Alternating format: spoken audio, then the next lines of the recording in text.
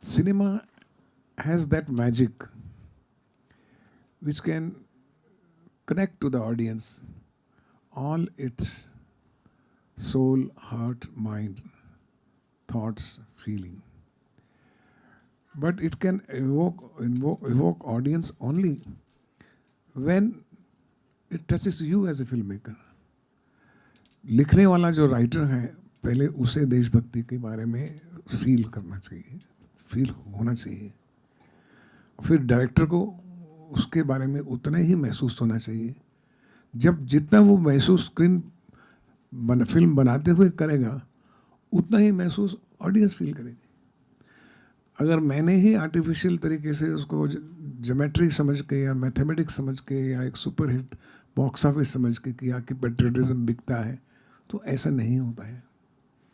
You have to feel it from the your own soul, within your own mind, love for your country and feel for your nation. ये स्वभाव में होता है आपके, या होता है या नहीं होता है. उसको आप इनकैश करने के लिए नहीं करते. मुझे याद है कि जब कर्मा की फिल्म में बना रहा था और स्क्रिप्ट लिख रहा था, तो it was an basic plot ये था कि एक जेलर जो है 3 क्रिमिनल्स को लेके एक मिशन पे जाता है और एक विलन को पकड़ता है, उनको प्लान करता है. इसी planting a criminal against a criminal it's a very one of the oldest plot.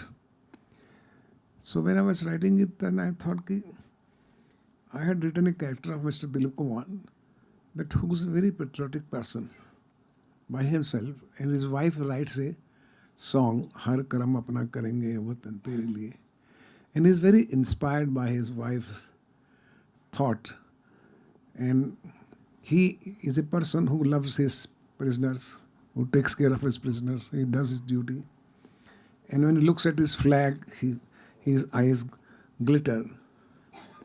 Genuine feelings. So when I was in the process of writing the script, then I thought that when he employs these 3 criminals who are now going to be hanged, so it was Mr. Dilip Kumar's characters who brought them and infused his feeling into them, and that is how the whole picture became on a different platform, of that these 3 criminals who are hardcore criminal, who could never think of their country or India, in the end they start shedding their tears for their country, and they become more patriotic than a normal person over there, because they realize the way his motivator, his mentor, Mr. Dilip Kumar, his teacher, is so genuine that where are we going? So it is always the leader who infuse this kind of school of thought or feeling for your country, for your family, or for anything there. So करते करते करते वो film जो है वो एक patriotic रूप लेने लग गई, because the characters I had written. And I remember that I went to Laxmikant Pyarelal, and basically normally I write in my script, जो गाने का मुखड़ा होता है वो मैं लिख देता हूँ साथ में. फिर उसके बाद आनंद बख्शी जी कभी चेंज करते थे, कभी नहीं करते थे, ऐसा. तो मुझे याद है कि मैं स्क्रिप्ट का एक फर्स्ट ड्राफ्ट लिख के आया, तो मैंने लक्ष्मी जी को बोला, लक्ष्मी जी की वहाँ गया म्यूज़िक रूम में, तो किसी और की सेटिंग चल रही थी. It's interesting to tell stories. तो किसी और की सेटिंग चल रही थी, तो मैंने उनको मैसेज भेजा कि मैं 5 मिनट के लिए मिलना चाहता हूँ, मुझे वापस चला जाऊँगा. तो उन्होंने अपनी सेटिंग को थोड़ा ब्रेक दिया और मुझे बुलाया. तो मैंने कहा कि सर मैं भी स्क्रिप्ट लिख के आया हूँ, लेकिन एक लाइन मुझे बहुत अच्छी लगी है, आप इसको लिख लीजिए और कभी मूड आएगा तो आप इसकी ट्यून बनाइएगा.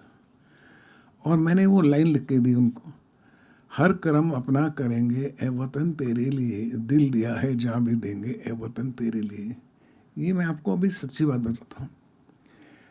और कह के मैं चला आया बाहर आके एक प्रोड्यूसर था, मैं उससे बात करने लगा. 5 मिनट के बाद फिर मुझे एक फ़ोन आया, निश्चय कॉल आया, लक्ष्मीकांत जी ने बुलाया, अपने बाजे पे बैठे थे. बोले सुभाष जी सुनिए, मैंने आपकी लाइन पढ़ी है, मैं इससे बहुत प्रेरित हुआ, it's a beautiful line, just listen. और उन्होंने गाना शुरू किया, हर कर्म अपना करेंगे. अब आप सोचिए कि वो गाना उधर बन गया, क्योंकि कोई टेक्निक नहीं थी, एक फील था, मैंने लिखा, एक फील था, मैंने उनको दिया, एक फील है उनने बाजे पे हाथ रखा, एक फील है आनंद बख्शी साहब ने लिखा, एक फील था एक्टर्स ने गाया, और वो जो फील है जेन्युइन फील, वो ट्रैवल होते होते सभी आर्टिस्ट और टेक्नीशियंस के द्वारा पहुंचते पहुंचते वो फिल्म ने अपना ही एक रूप ले लिया, और उसका थीम पीस भी वो ही बन गया। और मुझे आज खुशी है कि जब आप ठीक सोचते हैं और अच्छा सोचते हैं तो ऑडियंस तक पहुंचती है, और वो गीत हो या फिल्म हो, उन लोगों को बरसों याद रहती है, जैसे आज भी आप याद हैं आपको। तो आई थिंक ये जो फिल्म मेकर्स हैं, हम लोग जब तक हम सिंसियरली नहीं उस चीज़ में बिलीव करते और सोचते उस फीलिंग को, वो ऑडियंस में नहीं पहुंच पाती। अगर हम सोचते हैं तो पहुंच पाएंगे।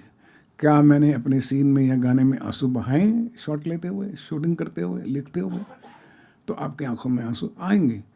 नहीं बहाए हैं और बॉक्स ऑफिस सोचा है तो बॉक्स ऑफिस में कुछ मिल सकता है, लेकिन वो लंबा नहीं चलेगा, वो दिल नहीं जीत सकता लोगों का। तो दिल से दिल का एक नाता होता है जो फिल्म मेकर को ध्यान रखना पड़ता है। Thank you.